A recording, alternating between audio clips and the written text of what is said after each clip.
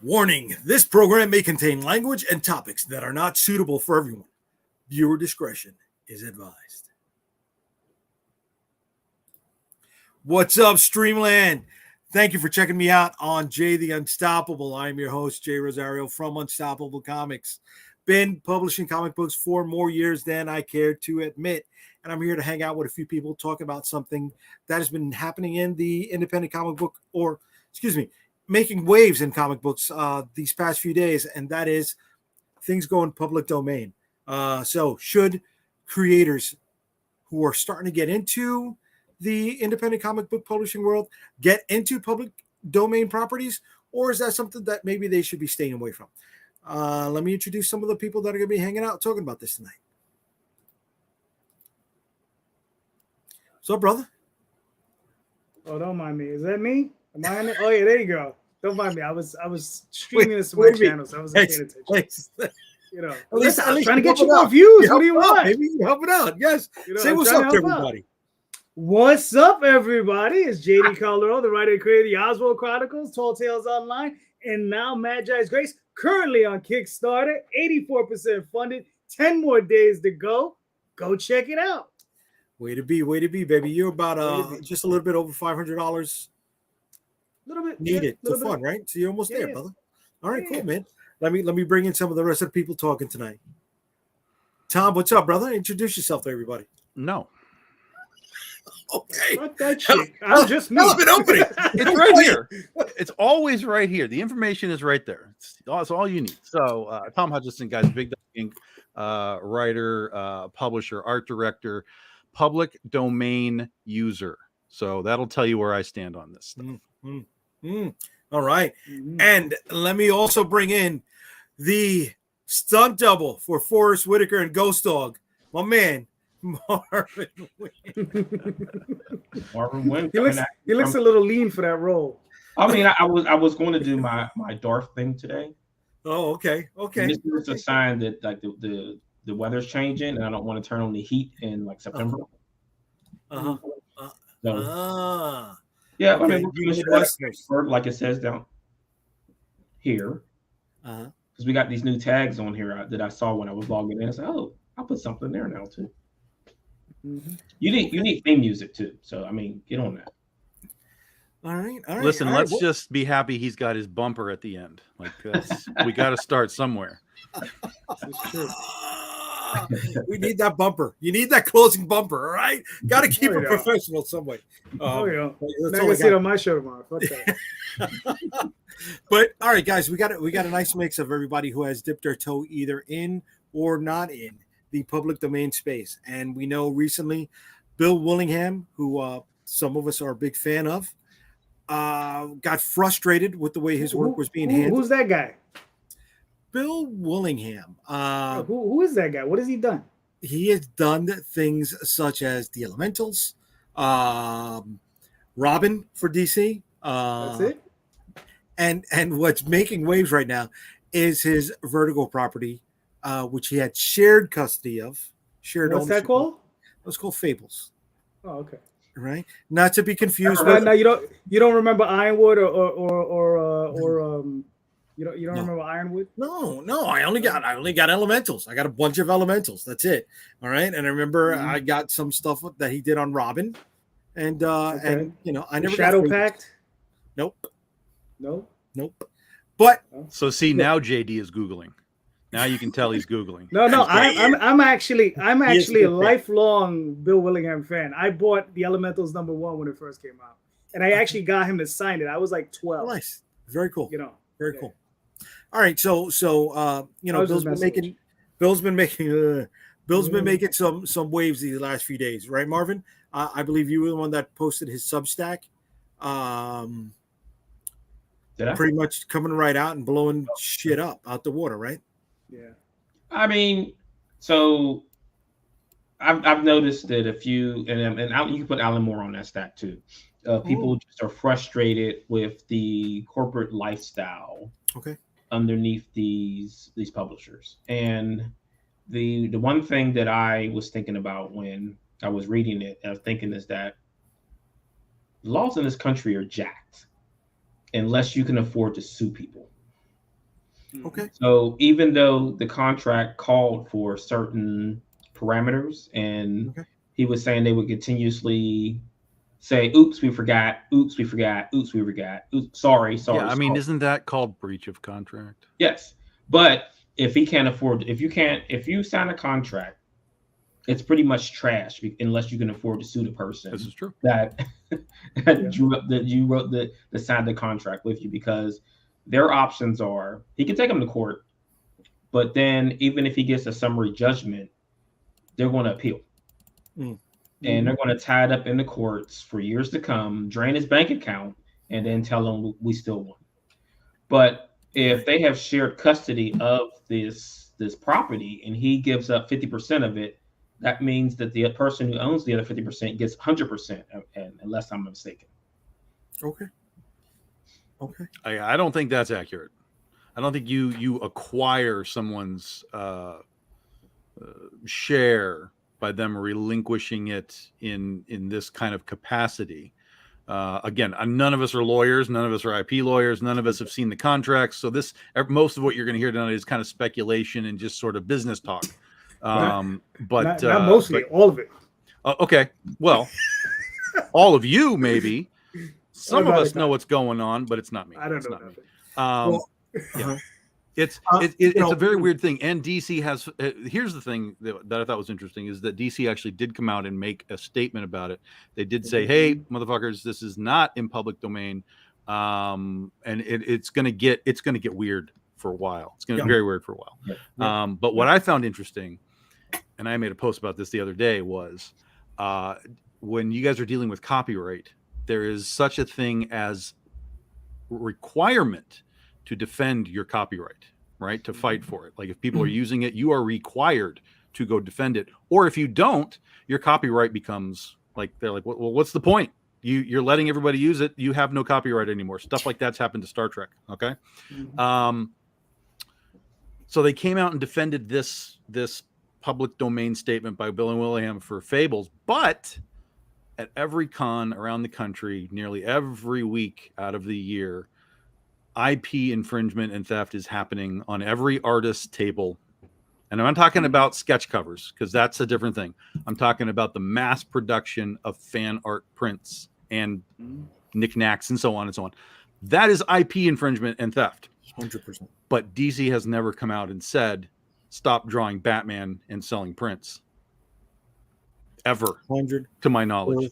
So this could theoretically open a door that none of these artists want to see opened, because if they actually get challenged and they have to say, okay, we have to defend our copyrights, there's going to be a trickle down effect, and that is going to go right down into the cons and into Artist Alley, and you're not going to be able to make your 1,000 prints of Batman and sell them all year long anymore. Well, I thought a couple of years ago that Disney was trying to enforce the copyrights on Marvel stuff, and I had heard from a few showrunners that they were going to allow people in Artist Alley if they were drawing things without Disney's permission. Right. And that kind of fell off, and no one's really challenged it before. Yeah. But at the same time, eventually Superman and Batman are going to fall into the public domain.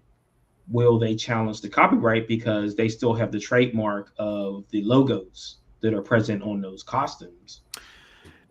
Well, but the logo would fall into the public domain as well.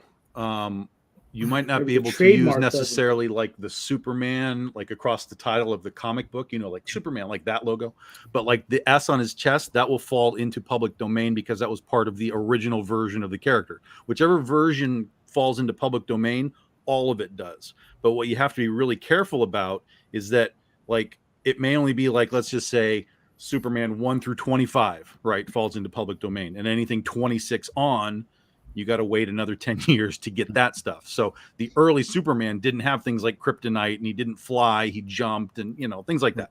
Well, and the S is different too. You would have to use that original S, of course. Yeah. Exactly. That's what I'm saying. So you have to, public domain gets very, very tricky in some cases. And you have to be very, very, like Winnie the Pooh just went public domain, right? Except not all of it. Only like the first book. The designs are different. You have to stick to those original elements. And if you go into stuff that came out later, you can get hosed. Some of the things that are in public domain are Dracula, right? All of the monsters, Dracula, Frankenstein. Dracula, Frankenstein. Oh my God, Phantom of the Opera, who I put it in the cover image, right? But not with the white mask. The other stuff, the Lon Chaney stuff. Robin Hood is public domain. Hercules is public domain. Sherlock Holmes, I would imagine at this point. Right. So here's some of it. Sherlock, some of it, Zorro, anything Edgar Rice Burroughs. There is a lot of caveats to. Yeah. Okay, yes, that's what I was going to say. Yes. Stuff like Buck Rogers and Tarzan and shit, like technically are public domain, but only tiny pieces of it. Right. Some elements of Sherlock Holmes is public domain, right? From oh my God, I forgot the holding family party estate for Sherlock, because they try to make suit against Enola Holmes coming out. Because it was derivative of those works, right? And whatever they lost, right? But I want to go back to something that Marvin said. You know, when the company being sued can go to appeal, right, and can tie things up in court so much that you run out of money trying to stay in the game. And we know from a fact that is something that happened with CC Beck, Fawcett City, and everything that held under, you know, the Wiz Comics and Shazam stuff. They won against DC Comics, but they lost so much money trying to protect themselves. They went out of business to a point where eventually DC ended up buying all their stuff so they can repay whatever they had to repay, right? So it was a win. Jay, before the nose despite their face. So hold on, can I just jump in real quickly? I just want to address this thing with Bill Willingham. Right, I put on my tinfoil hat and I started thinking about it, right, which is dangerous always, right, because I should be doing other things. So I mean, I'm wondering if Bill just did this to get DC to renegotiate, because he knew. According to him, he's offered them to renegotiate. He said to them, "Hey, let's fix this shit."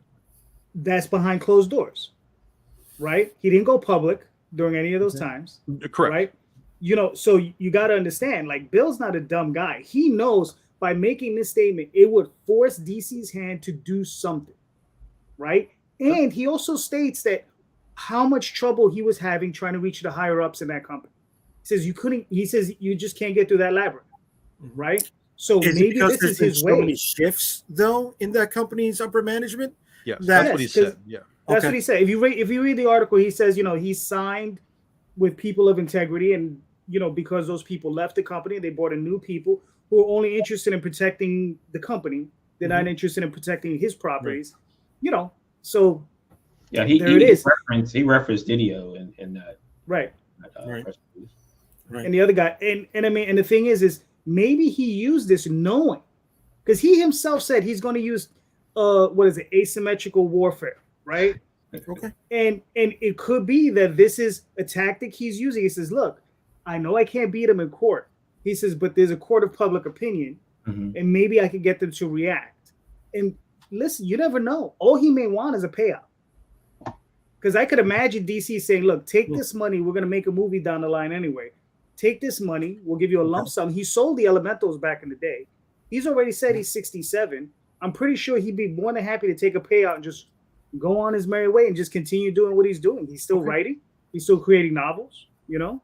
He talked about how, you know, he hasn't been paid, not ever, but, you know, from time to time he didn't get paid, and, you know, he would get incorrect royalty statements, and, you know, so he's had to chase his money for years and years and years and years and years. So yeah, it's not a great situation. Right. I can understand a little bit of what Calderon's bringing up, because how many of those older creators really don't have a nest egg to fall back on now in their latter years. Right, but I mean, all this sounds very familiar to what you've got going on with these writers and artists, with these companies of not getting what you're deserved, and why you have a strike going on, and the comic creators can't strike. Right, because they're not union, because you can't unionize as freelancers. You could form a guild, but you can't unionize as freelancers. Right, but I mean, all this stuff is rolling up the hill, and then it's rolling down as crap. towards everyone. And it's the same situation. And, well, and you can strike, but you can strike only on your own behalf, right? Which is basically what Bill did right here. He's like, "Look, motherfucker, this is it." Right. We got quite a few people chomping at the bit here, talking in the comments. So let me just give them their due, their shout outs. All right, we got Justin Sweet. Hey all, we got Daphne coming in. A contract is only as strong as the lawyer you have to defend it. Yes. IOB Comics. I knew there would be a show about it somewhere. Oh, excuse me, a show somewhere. Daphne, it is a requirement to defend a trademark, not copyright. That is correct, Daphne. Daphne also comes back. We've seen Marvel and DC go after professional artists for infringement more often than fan stuff. I remember the Ghost Rider scenario. Just coming back with, speaking of public domain, we have Arrow Comics out of Obscurity 1 currently running on my comic. It's an anthology featuring public domain characters. Way to be. I love the plug, Justin. We got Anibal. Hey, JD, good topic. I've considered working on a project for public domain. Copyright exists. The second art is made without registration. But to be able to go after someone legally for infringement, you need to have the art registered with the Copyright Office. Yes, ma'am. I fell into the trap and did not and got burnt by that. Niobe Comics, the left invaded and the cool people left. That's what happened. Okay. I mean, yes and no. I think that what that is just the corporate world, and you're serving the master of the boardroom. And if you're hired for that position, you got to do what is asked of you in those positions, right? And the boardroom serves what the majority wants, not what the minority wants. All right. Daphne coming back with trademark. You have to defend from infringement and casual usage, or you will lose it. Yes, that's why it's copies, not Xeroxes, adhesive bandages, not Band-Aids. And then we got Sean Keenan. Yo, guys, Sean, I hope you made it back home safely from Baltimore. Yeah. So, all right. So this is getting a lot of people talking over here, and I'm glad that it is. But Tom, you said earlier that you have dipped your toe into utilizing public domain properties. Mm-hmm. Do you feel it is wise for younger creators to do that, or for curators with more seasoning? I think it's great for creators that are coming up out of zero, because it gives you gives whatever it is that you're doing an immediate connection to the audience that doesn't know who you are. So like you were talking about Frankenstein and Dracula and things like that, those have fan bases around the world, despite which version of Frankenstein you use.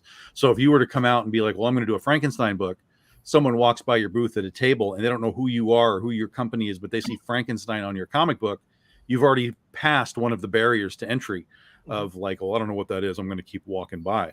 But if they see Frankenstein and they're a horror fan or a Frankenstein fan, they'll be like, oh, well, what's your Frankenstein? Tell me what your Frankenstein is.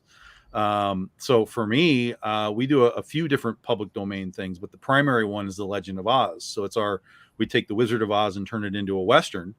And it is easily our gateway drug to Big Dog Inc., because when you say Oz, people know what that means. They may not know what our Oz is, but they understand Dorothy Gale, the Lion, the Scarecrow, etc. So we'll get people in. I mean, I was just at a con this weekend, and it was just over and over and over again, people stopping at the table going, what is that? What is that Oz thing? Public domain to me is far more valuable than doing more freaking homage covers and stuff. It's the same context, right? You want to attach yourself to something that's known, the McFarlane 300 or whatever, like people understand what it is. But from a creative standpoint, you should be flexing your writing muscles and your creativity muscles and finding out a way to do whatever. Frankenstein, Dracula. The public domain also includes, historical figures. So like we do a Marie Antoinette book, stuff like that. So public domain, if you're struggling to create something of your own, public domain would be a good place to start for just about anybody that's starting at zero. Okay. Marvin, how do you feel on this? I mean, I think that makes the most sense because it gives you, like you said, that it has lineage, it has pedigree. So you're just kind of chopping it up and putting it on the back end of what's already been created. So you've got there's a zero barrier entry in that one. Like you said, people will recognize it. They'll know Frankenstein's monster or Dracula. So I mean, it sounds like a good idea to me to give it a swing if you're looking to tell. If there's a story to tell it, whatever you're using for it. Yeah, you still have to have your hook, right? Yeah. I mean, especially for something like Frankenstein that's existed for freaking 100 years. Right. You've got to have your Frankenstein hook to make it interesting and unique. But even Mike Mignola's used Frankenstein in Hellboy and stuff. So it's those things have value. I mean, we even use the Bible. I mean, geez, we're doing a book about heaven and hell in Las Vegas. So there's a ton of stuff out in the public domain that is legitimately in the public domain that you can use, and then there's a lot of stuff that gets really weird and wonky, and you got to be careful. Like, what was the Captain America like? What, Fighting American? Right, Oh, yeah. right. They like Marvel suit, and he couldn't throw the shield. Yeah, right. Yeah, the smallest thing. But one of the biggest companies in the world, Disney, right? You can say started their foundation utilizing public domain, right? Sure, utilizing Brothers Grimm fairy tales and stuff like that. Calderon, you're a big Disney fan, but you have dipped your toes into a totally different genre or subgenre with the whole Lovecraftian Cthulhu area. I just shared something with you. Yeah, boy. How do you feel about it, brother? Well, I look at it like this. I mean, it's an opportunity to play in somebody else's sandbox, right? And to play with their toys. Hopefully, not wreck them too badly, and put them back. And you enjoy them and you move on. You tell your story, right? Using these other things, and and you get to utilize. Like, I'll never meet H.P. Lovecraft, right? But I've enjoyed his work, right? You better hope you don't meet him, because that would be really weird if that were to happen. Right. Well, but, hey, maybe it'd be fun. Zombie time. Yeah. Well, it's part of his whole theme, anyways, right? Right. Exactly. The other side coming through. Yes. So so I have Oswald and I have him fighting Cthulhu. Cthulhu. Of course. There you go. Because of course. Now, see, but that's understandable, right? And something I'm not going to say I am against it too, but I want to go with Tom's latter comment, and I want to narrow it down to running along parallel lines, right? Shield of the Interceptor. It's based on Arthurian mythology, and it features the shield that was supposed to be paired with the sword Excalibur. So I can utilize that as my pitch, as my entry point. If people recognize Excalibur, people recognize King Arthur, and utilize those themes as the foundation for where this story begins, but then taken in a totally different direction. So you don't have to directly use the exact piece that is in public domain, but you can nitpick. And like Tom was saying, build your career off that, right? Stretch your talents and I think it's more cherry pick. Okay. All right. That's fine. That's fine. Nothing wrong with that. Right. We got a few more people coming in here. And that is Anibal coming back with, I have a list of public domain characters saved in my iPhone notes, but that's as far as the idea has gone so far. Right. Timothy says, what's up? Anibal liked Big Dog Inc.'s viewpoints.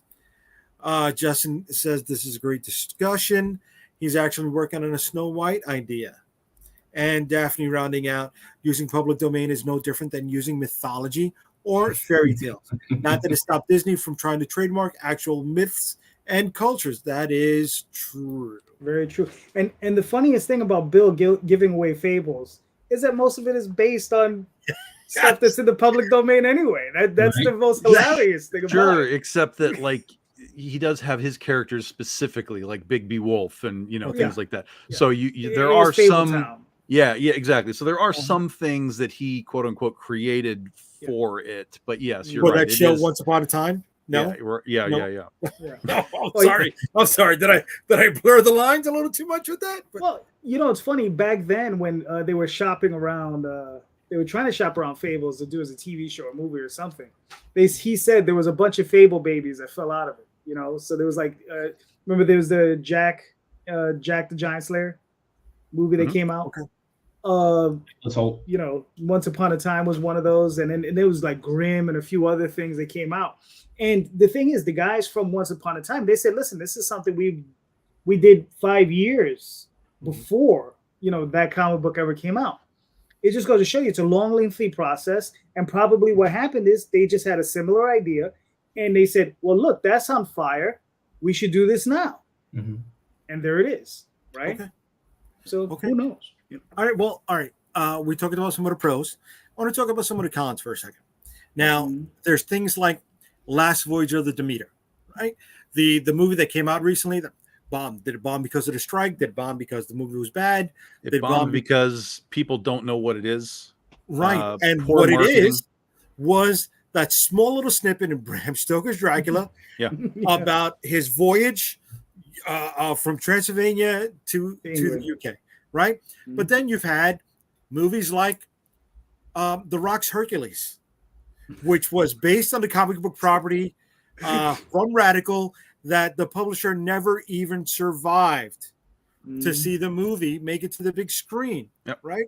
And another con is that with so many different people utilizing so many of the same elements, there becomes a dilution of the property. I feel absolutely, right. How many Cthulhu books are out there? Oh, tons. Right. Too many, JD. Too many. Is there a Cthulhu book? Huh? Cthulhu Invades Oz or something like that. I thought I saw. Yeah. Yes. And there's Invades Wonderland. Cthulhu is a thing right now. Listen, I have a Cthulhu book right here, right next to me.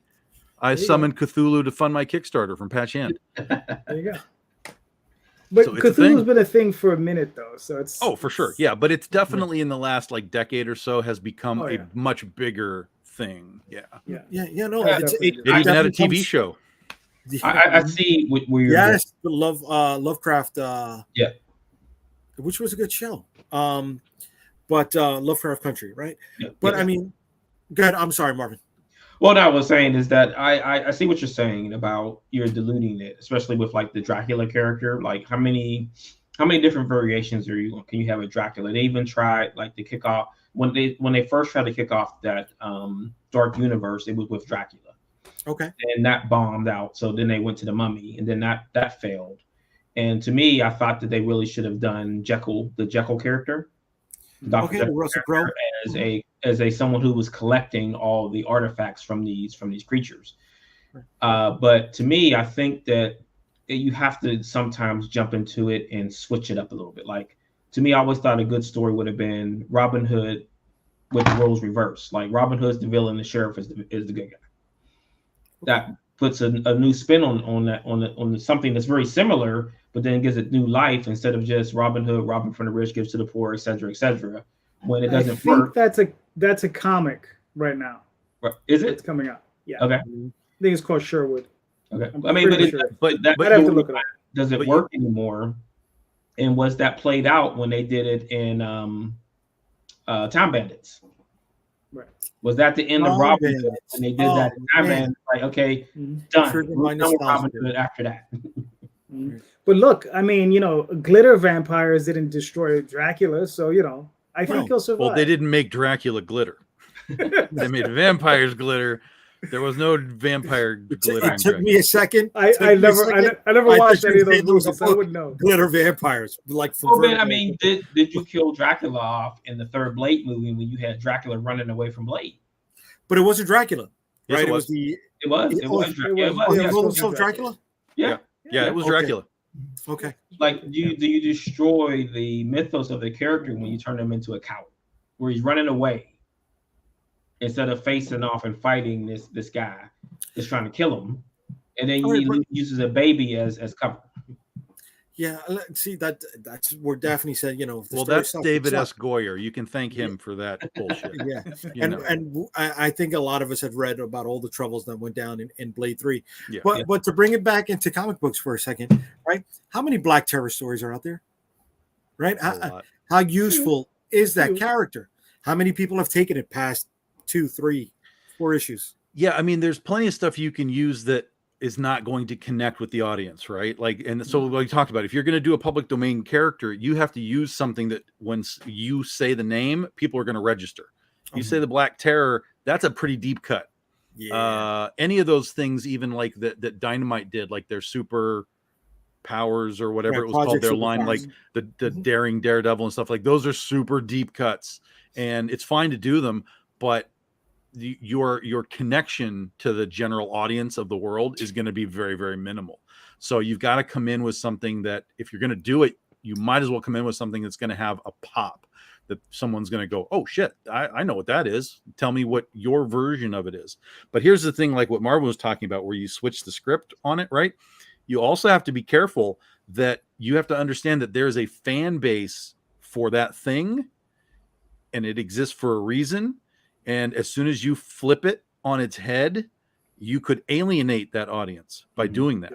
Okay. So when you do a new element to the thing, you're taking a risk if you switch it up too much. Now, it could be really good, like you said. I mean, it could need to be shaken up. Like, let's shake the tree and see what falls out of the Robin Hood tree, right? There could be things there that could work, but whatever the fan audience is, it's like this Snow White movie with Rachel Ziegler or whatever her name is, right? Like, it's just this abomination of whatever Snow White was. And now, instead of Snow White and the Seven Dwarves, there's no dwarves, because that's not politically correct. Instead of being looking for true love in the prince, there's no prince. She's trying to become a leader of it's just like, it's not even Snow White. And so people are out here are like, well, why are you telling this story if you're not telling the story? And so that's where you run into the weirdness. Isn't that exactly what they did with Snow White and the Huntsman, though? Not to a small degree, but not to this degree. Snow White and the Huntsman still had, I mean, and I don't really care for what's her name, but she did an interview talking about how, while it is a different interpretation of Snow White, the story, it is, she still felt like there is still, the love story between her and the huntsman and or whatever it is. And there was still, she was like, she's talked about the femininity of the character and so on. Meanwhile, Rachel Ziegler on the other side is the complete opposite, throwing all that out. She's not a princess anymore. She's a boss girl. And I was like, what are we doing? Like, this is nonsense. What you're doing is nonsense. And we're already seeing massive, like, just even general populace is like, this is ridiculous. Like, what are we doing here, guys? Venom and Vile coming out of that. So you can have that, but then you can have a reinterpretation like League of Extraordinary Gentlemen, which was a smash, right? Which took the characters and placed them in different environments. They were who they were, but they were operating differently within a group dynamic. But that's the key. They were who they were. Right. They didn't modify them out to become something that they weren't. They took them very specifically. Here's this dude. He is still this dude. He's just now working with these other people and whatever. So Alan Moore had it right. I mean, it's like Lost Girls, right? Talking about Alan Moore, he did that Lost Girls book. He took Alice and Dorothy and it made like this weird, bizarre acid trip sex romp out of it.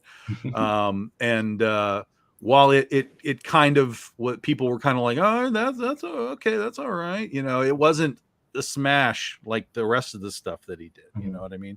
So even he kind of took him into a place that kind of stepped outside of that expectation of the character.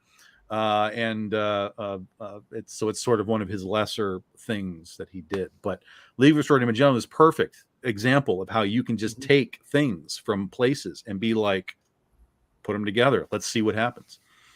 Okay. And another company right now that is making their bread and butter, that has been around for more than 12, 15 years.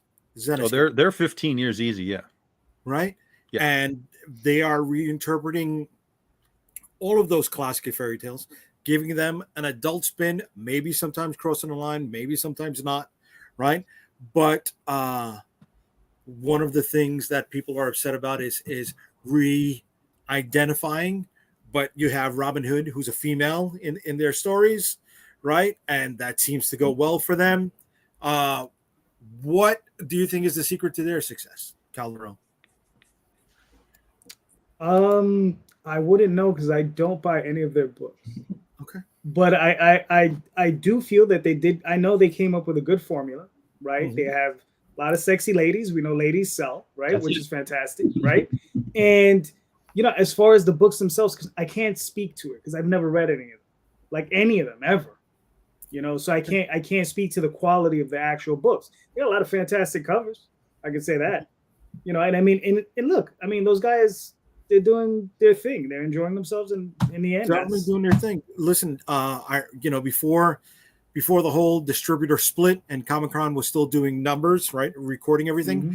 I remember the last few months, they were making about $95,000 a month in gross sales just through the direct market. Forget about their online business. So they were doing pretty well. Well, and they also say they have also a very healthy overseas business. They say they do very well in France. You know what I'm saying? And that's that's because France isn't worried about the boobies. They love the boobies over Europe. So that's a huge market. Yeah, that's a huge market. So I mean, those guys have done very well for themselves. I just can't speak to it because I've never read them. Okay, well, I'll tell you. There you go. Because I get compared to them all the time. But that's because we use the same artists. But basically, all they did is at their time when they came in, they found an underserved sort of genre, which was the princess fairy tale thing. They told stories that weren't necessarily like sexy, but they understood that the sexy princess trope was a thing, especially like at Halloween time, there's always the sexy, Snow White and stuff. So they just kind of started to double down on that sort of thing. And as they went along and they started to understand that, because they had guys like Al Rio doing art and stuff, and he's a bad girl artist, right? So they started to understand like, our audience likes what they're reading, but they're also reacting to Al's art, Al's sexy stuff. And so as you watch that original run of Grimm Fairy Tales from issue 1, like, going up, they just started to expand into the variant covers and more sexy girls and so on and so on and so on. And then eventually they went from, because it used to be almost like fairy tale per issue or every couple of issues. And then eventually it became a universe.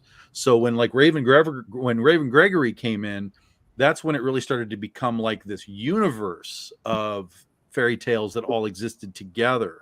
And you started to have like the Wonderland Chronicles and things like that. And that changed the game because now instead of these individual, like here's Snow White and here's the Pied Piper and here's whatever, now they're all together. And now they're all, now it's Alice and Snow White and Robin Hood and whatever. And they're all running around together. And you've got a Marvel universe essentially with all these characters. So they changed the game completely just from a storytelling standpoint. And then you had J. Scott Campbell to that and Eric Basildua, and you're off to the races. So yeah. Okay. Are you a collector of Zenescope, Marvin, or no?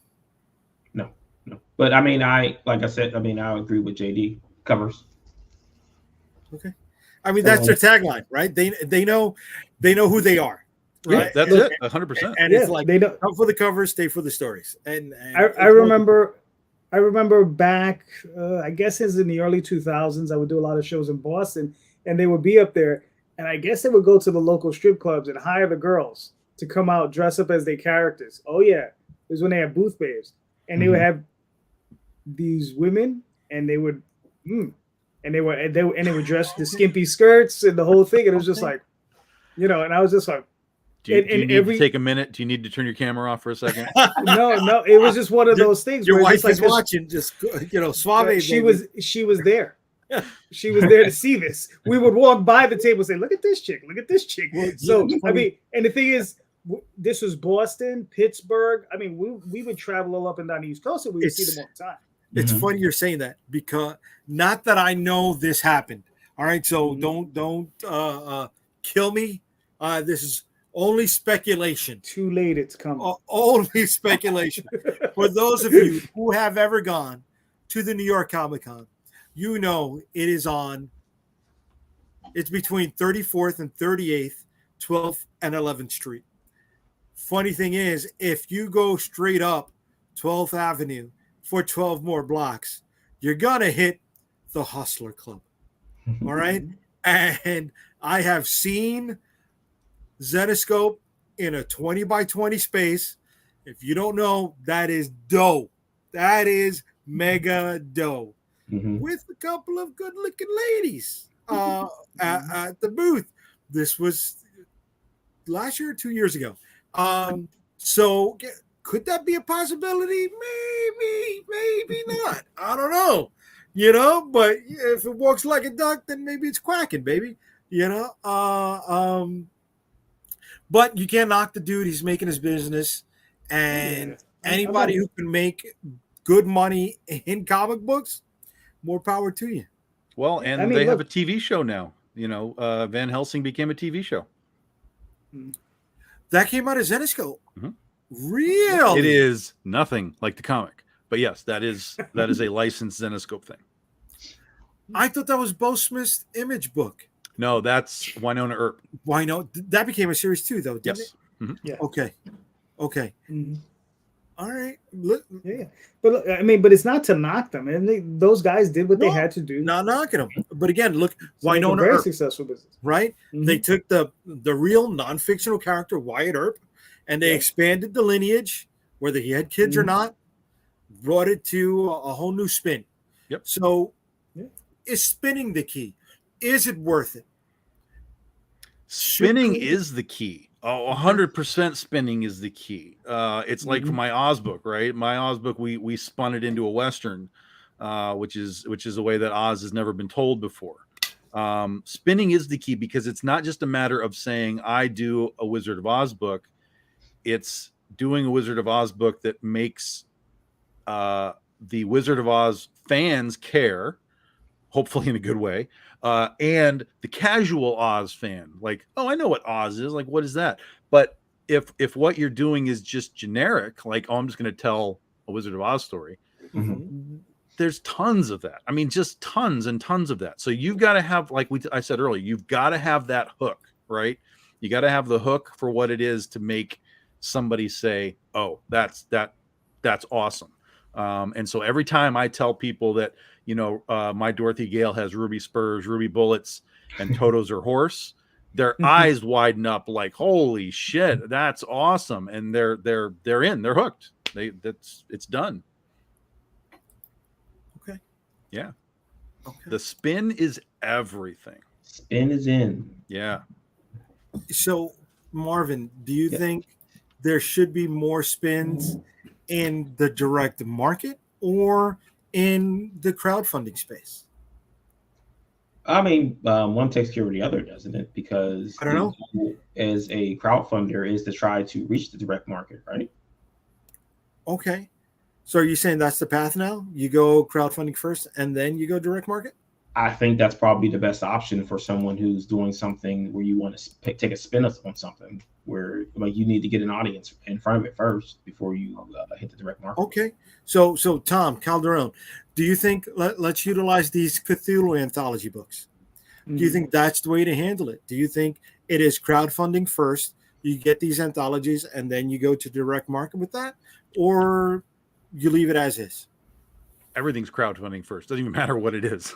Everything is crowdfunding first now, and then you take it where it's going to go. Like when we did our books, we just put them out. Penny for Your Soul is based on the Bible. Legend of Oz is based on. We didn't have crowdfunding at the time. We just took it to market. We sold well. We did fine. We had the hook. We had the difference. We had the spin. It was something different, right? But now.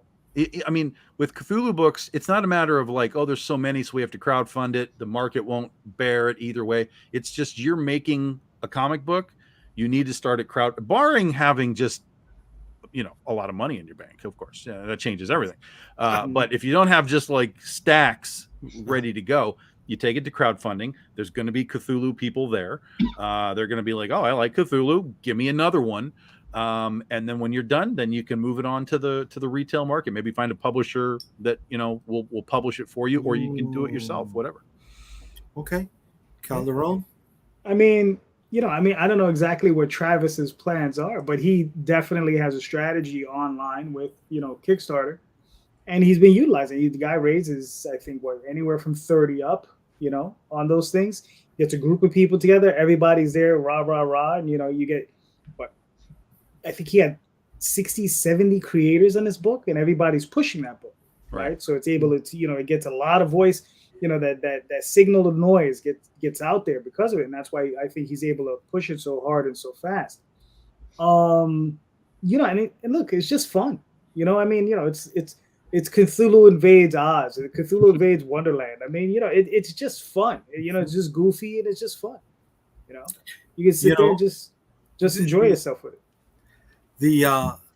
I think it's funny how the direct market is reticent to accept crowdfunding books, yet the book market, that's the way they are doing business. It is crowdfunding to raise and then to push out on their own through the book market. There have been quite a few people chomping at the bit again in the comment section. So let me give them their due for hanging with us. We got Carlos coming in. Hey, fellas. We got Niobe Comics saying it's no more, and that is based on the Snow White being canceled. So I think the Ziegler Snow White is the one that's being canceled. I don't know. They're going to move it to. They're just going to put it in streaming. Is the word. They're not going to actually release it in theaters. Okay. Daphne chiming in with everybody shitting on Twilight, like Anne Rice didn't exist. Yeah, Anne Rice did not make Snow White sparkle. No. But listen, I loved it when Lestat turned into Superman. That was awesome.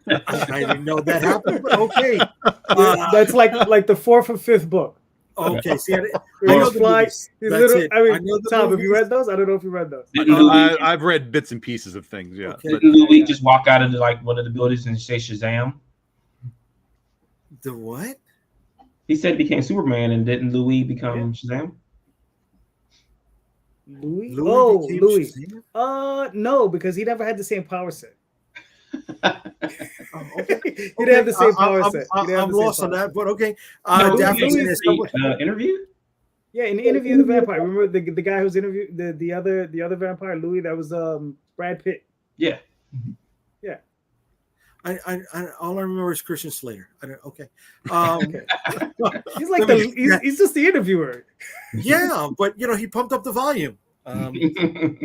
Thank you, Marvin. Thank you. I didn't think people were going to get that reference, but I'll take that one, baby. All right. As someone who's playing fast and loose with Norse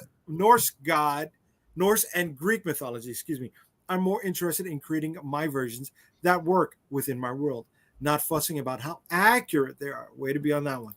Zenescope does extremely well because they pay creators on time. I don't know about that, Carlos. Yeah, research into that one, buddy. Cut throats, baby. And they serve their fan base well with social variants. All right. So if you want to read the accurate versions of these things, go to find the originals. Don't worry about what other people are doing. Ain't no one ruining Winnie the Pooh with their trash. You mean as a murderer? Okay. Yeah, that's one of those things that like drives me crazy when people are like, they're destroying my childhood. I'm like, no, dummy, your childhood's on Blu-ray. You don't even own it. Shut up. Yeah. You got the streaming network. All right. Just saying that they're not afraid of boobies over in Europe. No, they are not. Yeah. Special variants, not social variants. Okay. Autocorrect just tried to type Soviet. Okay. Quack. We know what he's referring to there with the Hustle Club. We spent a SDCC in a hotel across from a Hustle Club. They would have girls dancing in their windows. Oh, a very red light district. That's very interesting. Zenescope has a niche. Yes, that's their hustle. Again, quack. Suddenly, people don't care about public domain characters if they can jerk off to it. If you want to jerk off to Frankenstein, you go right ahead. Well, there's that new movie coming out. What is it called? with it's another spin on Frankenstein, and it's real sexual with what's her name? What? Okay, so there you go. Was it Gwen in Amazing Spider-Man? What? I don't know at all, dude. What's it called? Little things or something like that. Here, I don't know. I don't know what you're talking about. All right. Battle Brick Road is a solid title. To tell, or a title, excuse me. Yeah. All right. I say that's the path. Reading too fast there. Black Terror became like Magic Mike. I hope not. I hope he didn't strip in any of those comics. Crowdfunding first, then stores, then those from the stores will see you on crowdfunding and increase your numbers. Emma Stone, Poor Things. It's a surrealist reimagining of the Bride of Frankenstein concept. And there's two other Frankenstein movies coming out. There is Frankenstein Legacy and Angry Black Girl and Her Monster. That one sounds funny, at least. Black Terror also sounds like it could be a porn movie. That's a crazy thing.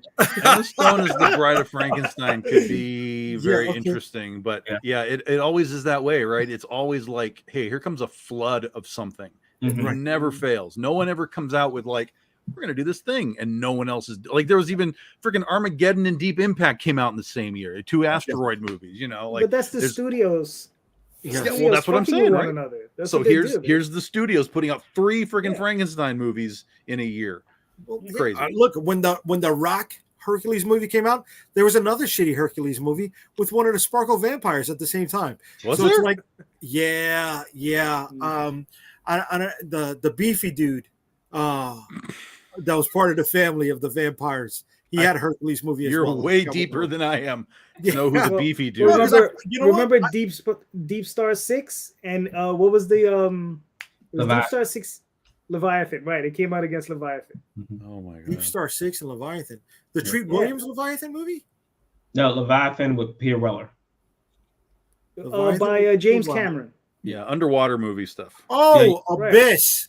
The Abyss, right? And but then, Deep Star 6, yes. But right before that, there was a Treat Williams movie, also where it was a big yacht, Deep Rising. Yes. Oh yeah. Yes. Hollywood is terrible, is what we're telling you. Hollywood is terrible. Well, there's always that one look at the Sharknado movies, right? There's always that one company that breaks that ground. And then everybody else who says, "Oh my God, let's capitalize on this moment."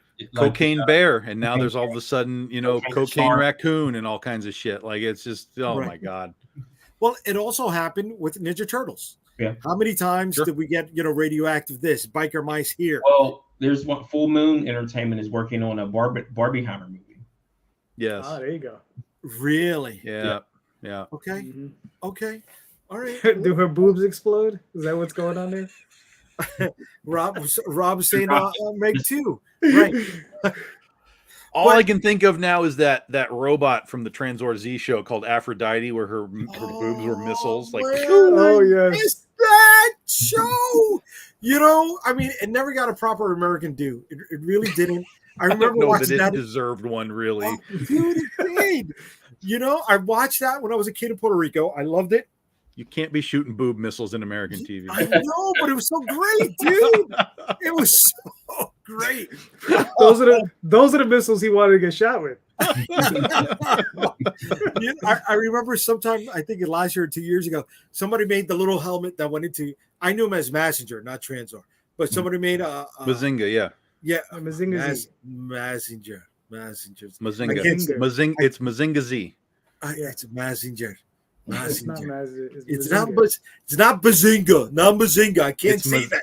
I can't because that makes me think of that fucking show, and it does a discredit to who he was. All right, Puerto Rico, they called him Mazinga, Raydeen, Dragoon, Combatra. Yeah. Do we have to do this? What was he called when he came out with the Shogun Warriors? Mazinga. He was called Mazinga. Yeah, he was Mazinga. Yeah, Mazinga Z. Mm-hmm. Okay. All right. Here we got Williams coming up with booms can only shoot bullets. A la Austin Powers. Yeah, that's right. There you go. All right. Coming back with everything here. So you've got a lot of you guys saying that yes, utilizing public domain is the way to go. Well, it's a way to use it to help you get a step up if you're at a low level and you're struggling to kind of get some attention. But what does that do with putting up walls for new properties that are coming out? For example, are we going to get another Mage? Are we going to get another Teenage Mutant Ninja Turtles? But Mage is built on the Arthurian legend. It was built on Arthurian legend, so that was a bad example. I am so sorry. Grendel, right? Was built. Grendel is built on the Grendel legend. Yeah. Okay. Yeah. All right. So here's the thing. Again, I don't think anyone here is telling people don't create something new. Only use public domain. The idea here would be use public domain to be able to give you yourself as a creator a brand. You know, hey, I know Tom makes Oz, but then Tom also makes Critter. Tom makes Penny for Your Soul. Tom likes Kenwood Jungle. Tom makes these other things. And so even if you're known for that public domain story, you can then divert, you know, hey, what else do you have? Oh, I got these other 3 or 4, you know, original things on the side. So the public domain element, unless you have a really great idea to go I have this idea, I'm going to go headlong into it. The public domain idea should be sort of a tangential project to whatever you have that is your own thing. Mm-hmm. That's where I come from. I mean, we use an example like God of War as an example of building a brand around public domain characters or mythology, right? It's mythology public domain, or is it mythology? It's both. Yeah. Okay. So there's no clear definition. I'm not asking you because I know. I'm not asking with an ulterior motive. I'm asking to explore mythology, theology, all the gods, all the monsters, all that stuff. It is both. Fair game. You know, yeah. Because number one, that shit's hundreds of years old, thousands of years old in some cases. You know, so who holds the copyright to the Kraken? Like that's not a thing. Right. You know, we're not worried about Plato and these guys and their copyright claims. It is mythology that also exists in the public domain. Okay, so what do we say to those creators who are out there that immediately chomp on the bit, right? They bite on a public domain character. Mm-hmm. For example, Fables came out, right? That whole Fables situation happened. By that night, everyone's social feed was hitting up with, yes, I'm gonna. Oh, I can't wait. Get to see me. Yes, we're gonna do this. It was hyper frustrating. Who wants to come aboard? Yeah. Because it's.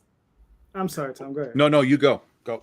Well, it's like, look, one shoe had already fallen. We needed to wait for the other shoe to fall because Bill had said what he had said, and everyone should have known instinctively DC was going to have a response, and that response was going to be a big ass hammer. Mm-hmm. And you were going to be the nail, and that's what that was. And they came out and they said it, and it played right into exactly the way you would think it would work, right? So that's why I think it was frustrating because it's just like, guys, give it a day or two. Yeah, for me it was frustrating. For me it was frustrating more from a creative standpoint. Like everyone was planning to make a Fables thing, like that. I'm like, dude, what the hell are you doing? Like I know you people have your own stuff. I know you have no idea. I know none of you have probably read this book, so you don't even know what the hell's going on.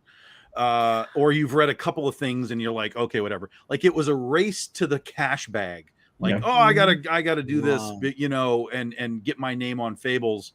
That was the frustrating part for me. Is like, when Disney announced they were going to do a Star Wars movie in 2 years, I literally made a meme using that guy. It was the whole Mordor thing. One does not simply walk into Mordor or whatever. I was like, one does not simply make a Star Wars movie in 2 years. Like I made that meme and it's out there and it circulates back every now and then. And I love that.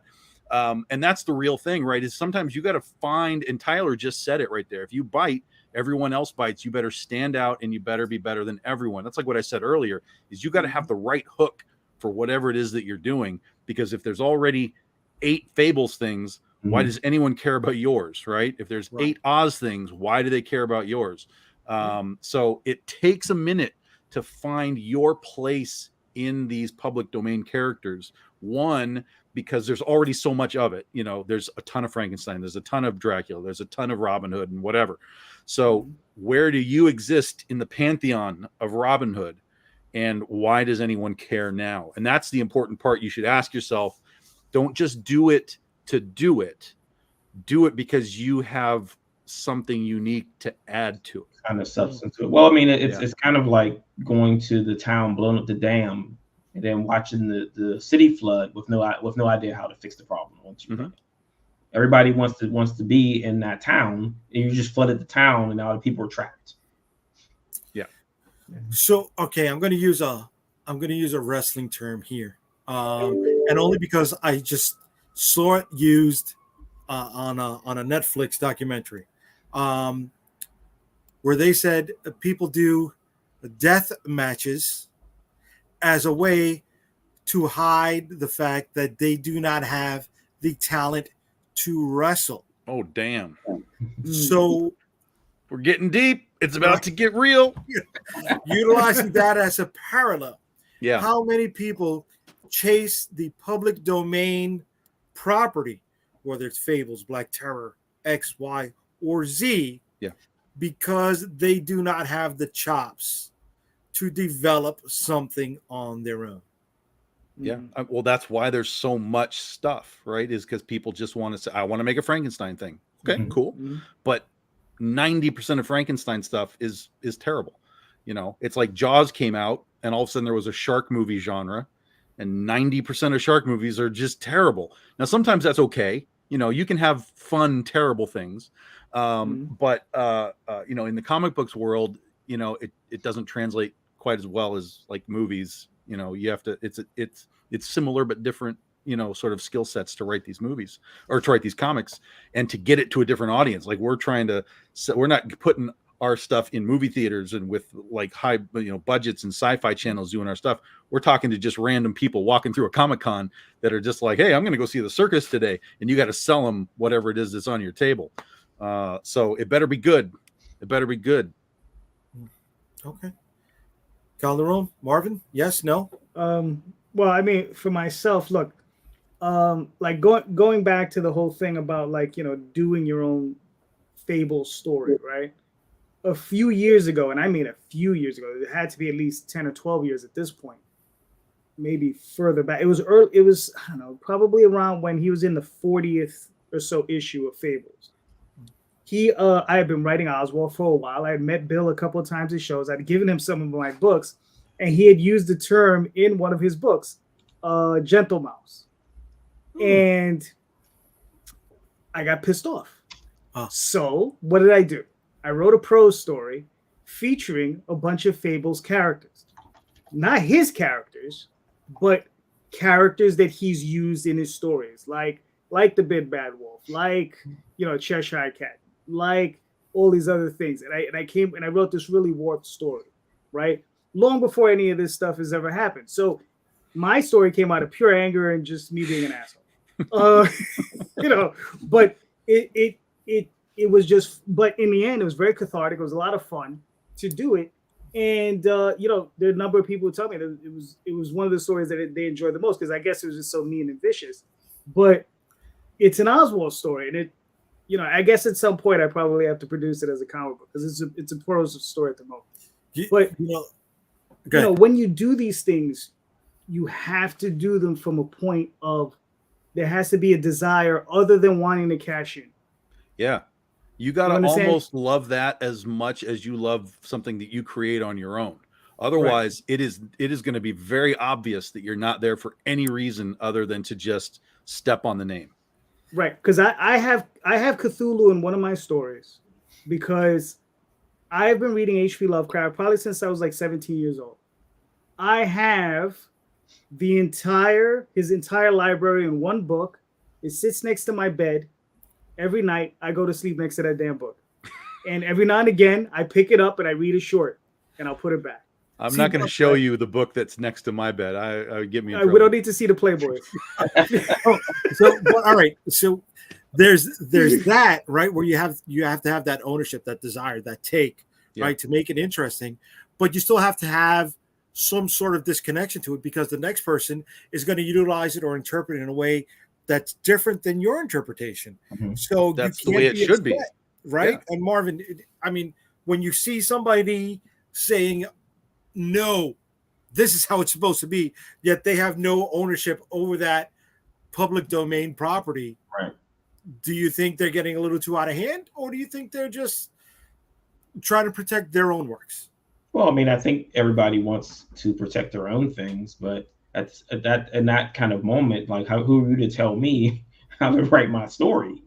Like, it's like we're both using something that no one owns. So how can you claim ownership of it? All right, but there are some people that become very tribal with that stuff. Yeah. But then going back to your other example, when you were talking about the wrestling, I will just use an example, New Jack. Yeah. And then I'll throw out from the video game world, first-person shooters. I don't see the connection. Because I know they're both hyper violent, but other than that, no. In the mode of someone doing the same thing because trying to cover up what they can't do. So this is why that when people are making video games, it's first-person shooter. Gotcha. You can't make a game that has a story. Right. And New Jack was all about just inflicting pain on people, not really wrestling. He wasn't protecting his partner. All right, so some more comments. Fun to watch, though. I don't know, dude. I love that shit. ECW back in the day. Woof. I don't know. All right, so go back to some of the comments here. Originality is overrated. Any punch can come up with ideas. The talent is in the execution. Fact. Huge fact. Oh my God, Daphne. In Colombia, we made an exercise. If you want a copy, be my guest. Our students had to analyze a public domain character and make him a modern Colombian character.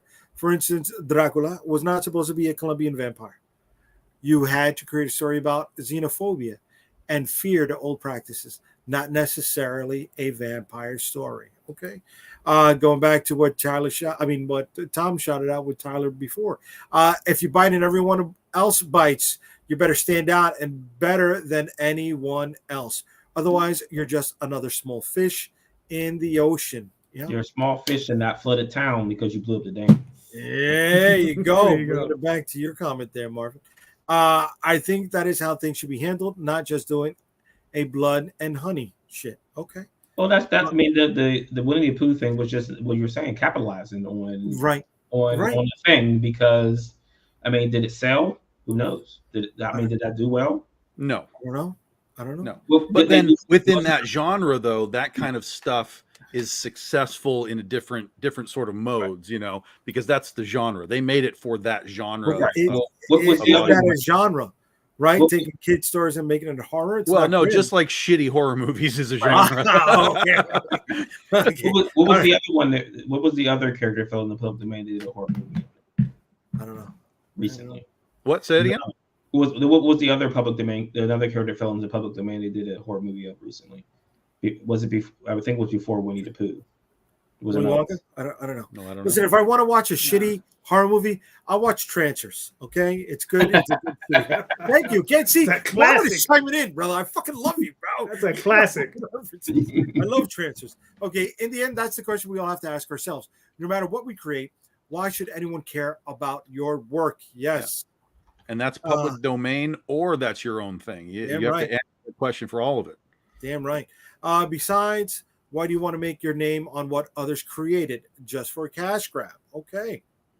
Well, it can be a cash grab, but again, if you are coming at it with something that is truly unique, to put a spin on, like we've talked about the spin, right? If you've got a unique spin, then and like we just talked about, you have to love it, right? So if you love it and you've got a spin, then you're creating something of your own, even though you're stepping on the step that is the brand, right? So it's not just a matter. There are plenty of cash grabs. Don't get me wrong. There are plenty of cash grabs, but there are plenty of people out there that legitimately love the source material and have found ways to either continue the source material or, again, put that little spin on it and create something that is new while derivative. Okay.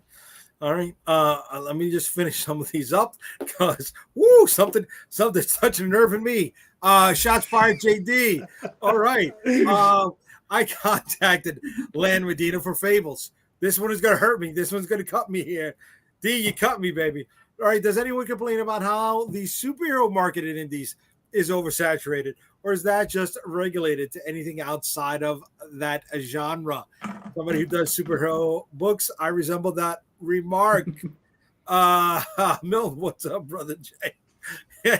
And then finishing up, we've got Paul. It's funny how so many tell me they can't sell anyone's book but their own, but tons of creators are looking for other people's creations. Yeah, but again, like I just said, so for like my Oz book, yes, it's L. Frank Baum's creation, but he didn't create my Oz. He created a concept line that I'm walking on.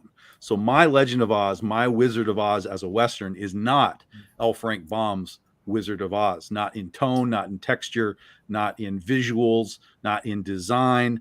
So all I took was a concept. And so I can sell my version of Oz, right? I'm yet technically I'm still selling his creation, Oz, but it's my Legend of Oz, not Wizard of Oz, not the Marvelous Land of Oz, not Ozma of Oz, whatever. It's the Legend of Oz, the Wicked West. So there's a difference between what you're talking about there, Paul, where I can't sell someone else's book. I can't sell JD's book at the same level that I can sell mine because it's not mine. I don't have the love of the book. I don't have the knowledge of the book to be able to say Oswald Chronicles is about this, and the mouse does this and does this and does this. That's the essence of the creator doing that, whether it's his own creation, like pure own creation, or whether it's the derivative public domain element, right? So that's I'm not going to ask to sell JD and Jay on my table because I can't do it. I'm not going to ask them to sell my books because they can't do it. If we're all at the same table together, we can work and do it together, you know. But that's the big difference there, I think. Okay. You got Daphne out there doing her very, up. Oh my God. Pull those up, bro. She's cutting like Perry Riley. You know what I mean? She's out there, baby. You gotta show the first one. You gotta show Carlos. Superheroes evergreen. Weeds are evergreen too. Look, Daphne, I love you. So I'm not gonna fire back, baby. You know I'm not, because you're awesome. But yeah, I do superhero stuff. But if what you're saying, Tom, don't start sweating, bro. Don't start sweating. No. All right. Going back to Tom for a second, right? You're utilizing that as a foundation, right? But you're still building a house around that foundation. Yeah. Once you're done with the house, it's totally different than what anybody saw in the foundation. Right. So if you want to utilize that as your stepping stone, then do it. And if you could spin it off to something else and continue going and continue making money with it, then go for it. Just don't get lost in the fact that you still have to be a good storyteller. Right. And sell it. Yeah. Right? You can be a shitty storyteller and sell your book for a little while, but people will figure out that you don't care about this property and you're literally just there for the cash grab. But if they see, and this has happened to me because I go to these Oz shows and there are very, very traditional Oz people there. They only care about the books. They only care about the first movie, and everything else can go to piss. But over time, I would come back again, and I would come back again, and I would come back again, and those people would be like, why is this fucker here again? And they would come ask me, and they'd talk to me, okay, tell me about this thing. You've been here for 5 years. Tell me about your book. Okay, well, here's the book, and it's Oz, and it's Dorothy, and she's this and that. And I would talk to them in a way that they understand the property, right? Because I know they like the movie. I know they like the books. And guess what? So do I, motherfucker. So I talk to them through their knowledge and bring them back in to my version of it. Hey, this is this, this is this. You understand it this way. This is how it's been interpreted. And you can see their face go, oh, you know what the hell you're talking about. Like you're a fan. You understand the source material. And I'm like, yes, that's why I'm here. And so they would take the book, and invariably I would see them the next day or potentially next year. And they would say, I read this book. I get it. I understand. You clearly are a fan of this, of what I know. Give me the rest of it. And that should be your goal as a public domain author, is grab that nostalgia, or if you're a South Park fan, the member berries. Grab the member berries, and then put a nice dipping sauce on them so that the people that like the old stuff get it, but it's got a nice little zing for a little extra taste when they actually read the book. So wait, hold on, real quick. So you're telling me that they're not fans of Return to Oz? Generally not. They tolerate a lot of stuff. Yeah, they tolerate a lot of stuff, right? They're aware of it, but like if it's not strictly, and even like Wicked, right? Like Wicked one is one of those examples, or exceptions, I should say. But Wicked is based on the original book, and then it becomes like a prequel. So in a lot of traditionalist minds, that is a legitimate prequel, just because of the way that it was written. So it's an interesting crowd of people. And then there's people that just love Oz. Like literally they're just like, I love interpretations of Oz. It doesn't matter what it is. I don't care if it's a horror. I don't care if it's your Western, whatever. And in fact, there's a horror movie coming out. It's called Gale. Don't Go to Oz or something like that. It's a horror movie about Wizard of Oz, and it's going to be on one of these streaming channels soon. So I said, I thought Return to Oz was a horror movie. Yeah, this is a legit horror movie, a real horror movie. There's a difference between a horror movie and a horrifying movie. That Return to Oz was horrifying. I don't know.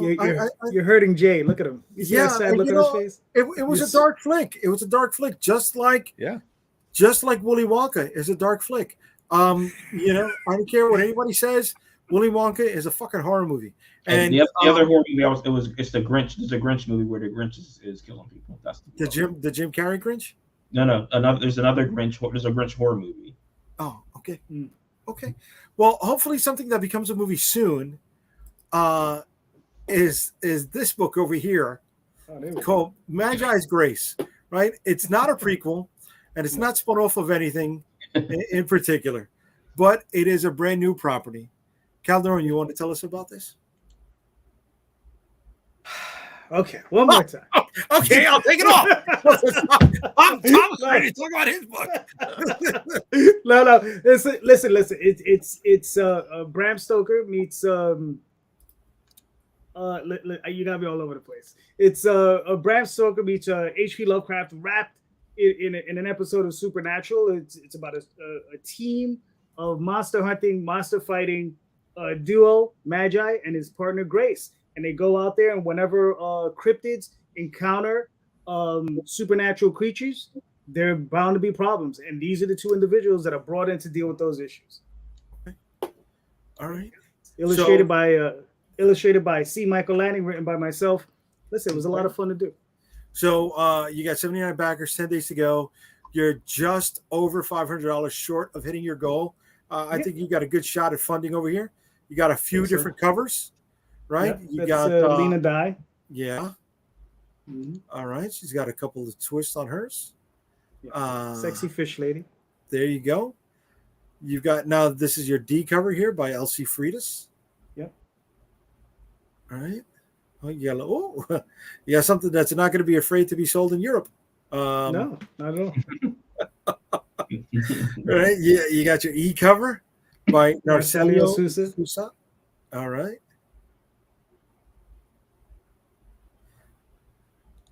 Okay. Couple versions of that. You got Joel Sousa's. Yeah. This is my favorite here. Johnny Segura. Yeah. Oh, look at that. Boobies. So these are all the covers, right? Keep going. There's a couple more. This is actually the main cover. This is C. Michael Lanning's cover. Okay. Well, according to some, we have a crackhead savage dragon on there. I didn't notice that, but yes. Yeah. Yeah. Crackhead savage dragon. Way to go. Savage dragon is not public domain, JD. but it falls under parody. It falls under parody. So that's true. Falls under parody. That's good. Yeah. Okay. This is your B cover here. This is Pablo Verdugo Munoz. Yes. Okay. You got some So preview some pages of the pages. of the book. Yep. Shit, it looks like even the whole book. It's only 8 pages. 8 pages. And then we find out about the creators on the team. Yep. All right, brother. All right. Can anybody else get anything else from the catalog, or is just these books?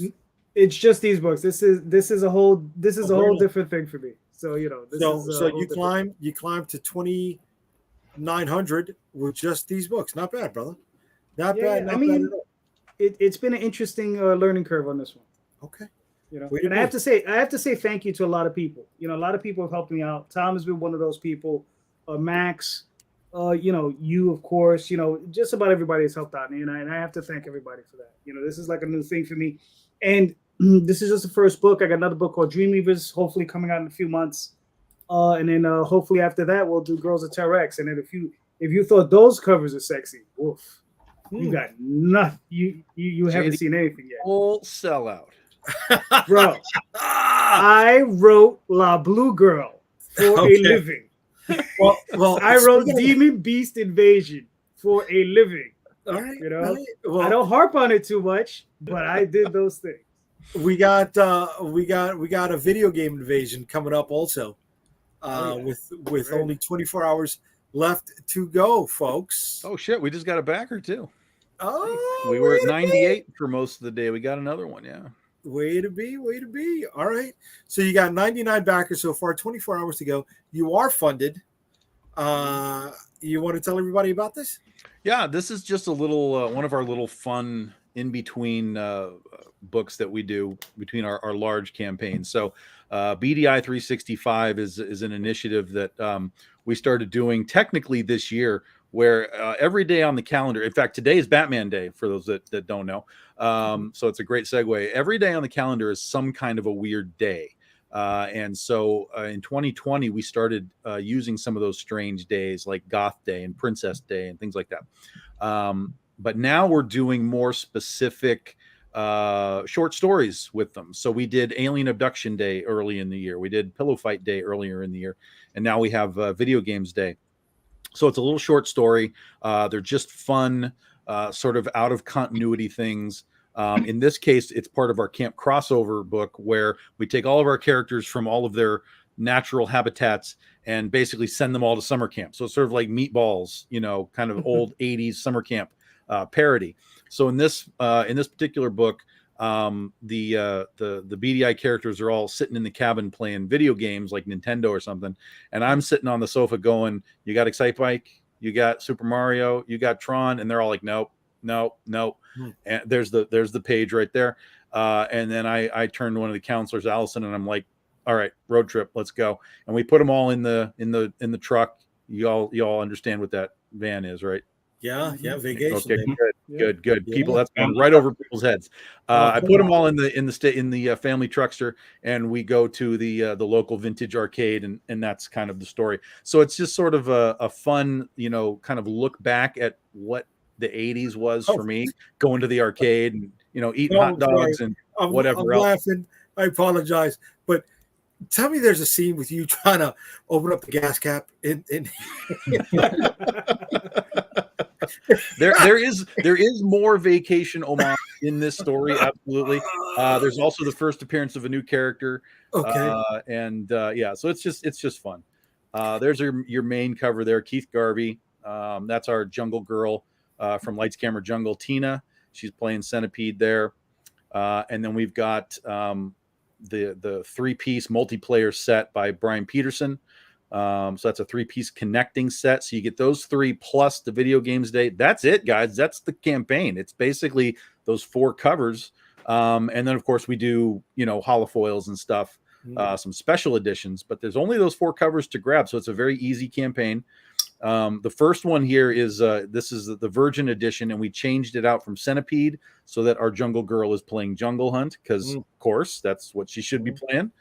And then we have a foil of the original Virgin edition. That's a holofoil. Those will be printed to order. And then there is a holofoil for the multiplayer set as well. And that's it. Those are the new covers. Everything else is some of our back stock. We have our standees, and then we've got some of our books that remain. So that's the Alien Abduction Day right there. That's from our Princess Day. That's our 360-degree set. We call it the Matrix set because it's like the same scene from 3 different angles. Very cool. Mm-hmm. Very cool. It took me a second. I like it. All right. Yeah. Yep. And then we've got our Goth Day books right there. And then we've got some of the camp crossover stuff that we've done in the past. So if you missed the previous camp crossover books, we've got issues 1 and 2 available for you so you can catch up on it. And then that's it. Then you got your social media where you can find us wherever you are, wherever you do your social media. We're all over the place. So, it's funny. I would think there would be comic books on the bottom that Kickstarter would be recommending, but because of Video Game Day, maybe no. I don't know. Oh, interesting. Yeah. Right. I like the shrooms. There you go. Okay. Now you're not doing your mystery box, right? No, not for these little ones. We don't do like medals and crazy big campaigns for these little ones. These are meant just to be fun little stories that we have in between our larger campaigns. Okay. And the next one will be November 18th, National Princess Day. We'll be releasing the next issue of Princesses versus Zombies. Nice. And this ends tomorrow. So we have basically 24 hours and about 20 minutes, and then this is over. Oof. When it starts to get to the hours, to the minutes, that's where it's just like all tingly inside, right? All right. And Marvin, you got you said your stuff is hitting shops this Wednesday. So you don't have anything in Diamond this month that we can promote for you? No, nothing from Comicsburgh. I could have sworn Beowulf had something. Oh wait, let me look again. I think is Beowulf in this month? Let me look. We might have Beowulf issue 4, maybe. Oh no, issue 6, maybe. I don't know. I sent emails. Issue 4 is in. Yeah, I could have sworn Comicsburgh had Beowulf in this month's catalog. Here you go. All right. So here we got, let me show it off. Come on, Marvin. What kind of operation are you running here? I forgot issue 4 because I had already put issue 4 of The Edge in like last month, and I forgot that we weren't synced this month. This time. All right. So in this month's issue of previews, Comicsburgh is promoting Beowulf issue 4 of 6. So if you've been following the book, it is pretty much I'll just use the line we use at Con. It's a legendary hero reborn in modern times, but he's a 30-something slacker. Okay. He has no desire to face the dragon, doesn't want anything to do with it, but his magic cat is going to tell him he's going to face that dragon or else. Oh, Beowulf, look, it's public domain. Yeah, exactly. So this is going to be his first time actually facing off with a dragon. You see he's starting to use his powers with his dragon abilities also. I mean, it's a fun book. It's a really fun book, and it's a different concept on what you may have know or not know about the Beowulf character. There are flashbacks to the original Beowulf. And Grant has said that after this is over, he's tooling around with doing Beowulf in different eras also. So reincarnated in other eras as he goes along. Nice. And for those who do not understand Final Cutoff, you want to tell them what the Final Cutoff number is so they can order this easier through their shops? Right. So, I mean, it's pretty much the last. So, well, let's just call it what it is. It's the pseudo last day of getting orders in before orders are chopped off by Diamond. But I mean, if you're using the pull box on Diamond, you may notice that some stores go past the FOC date on their orders. Okay. Like there's a few shops in Pittsburgh that go past the FOC date when putting their orders in. And international orders are after the orders in the US, so they go past the FOC. So when it says, it's kind of like a try to get it in before that date, just so the stores know what you want. But I mean, stores usually don't do their orders until that following Tuesday anyway. Gotcha.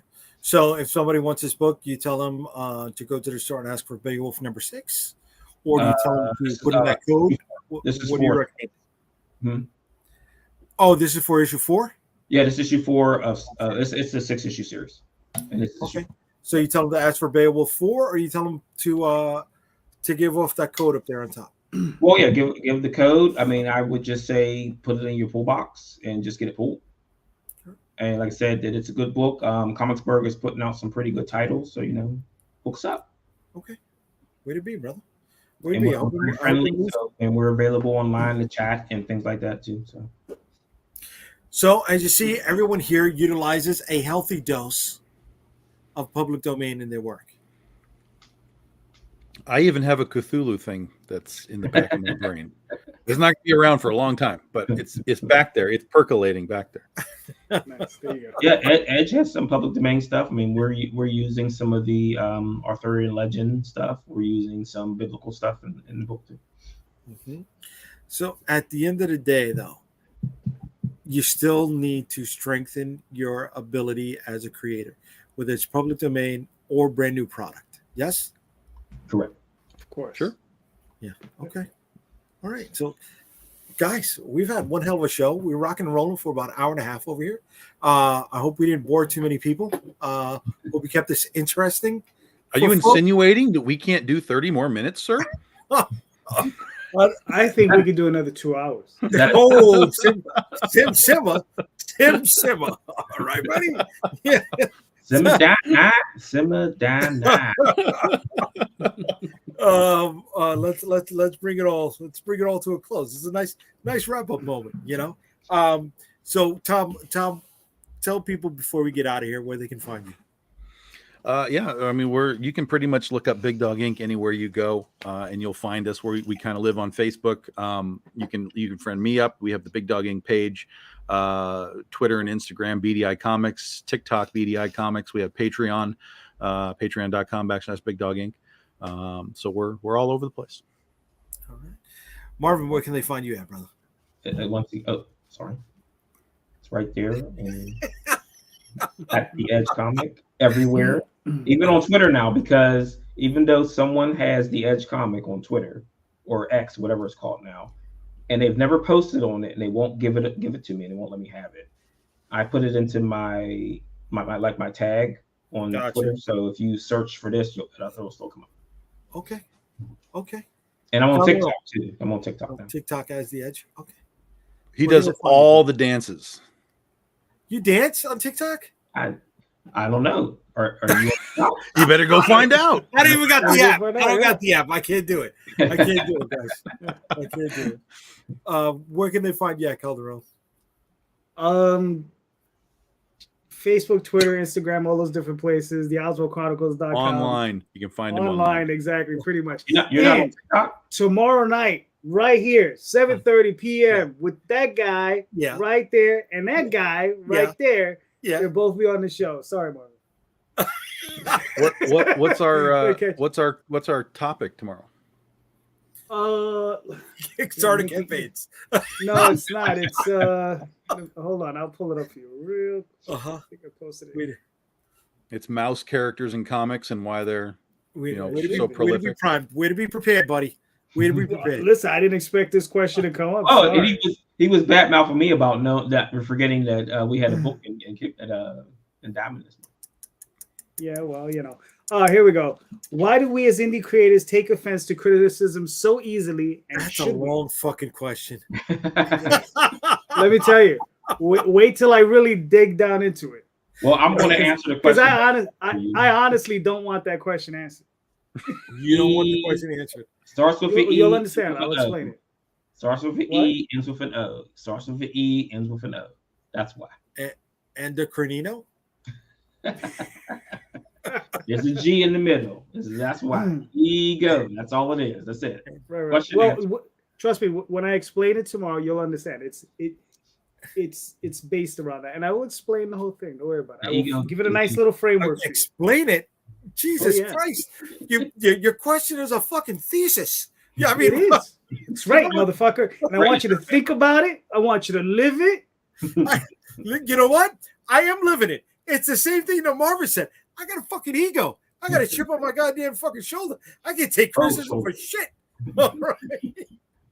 Listen, and that's all we got. I live my brand, baby. I live my fucking brand. Yeah, I That's see you terrible. ignored my advice to take those 3 little comics out and move your logo down and make it bigger.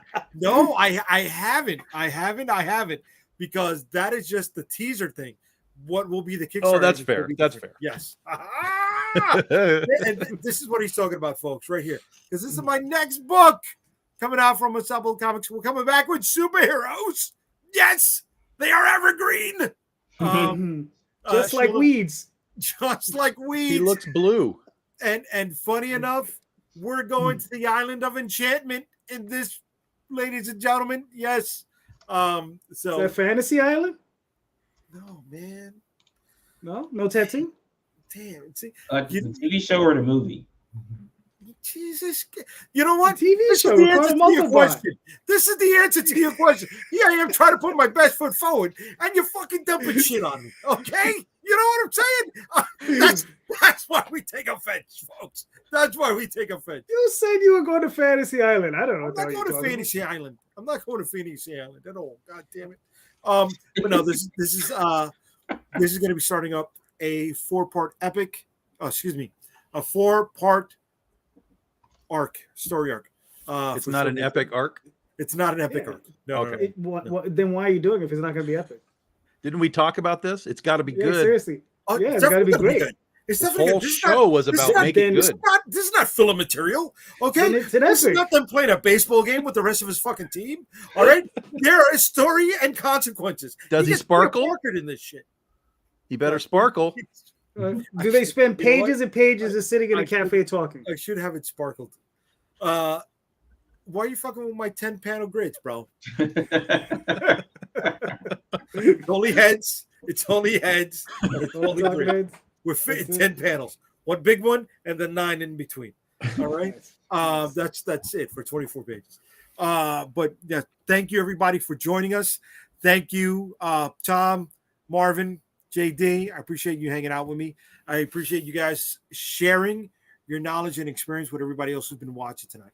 And if you are not watching and you are catching this on the restream, I want to thank you for that too.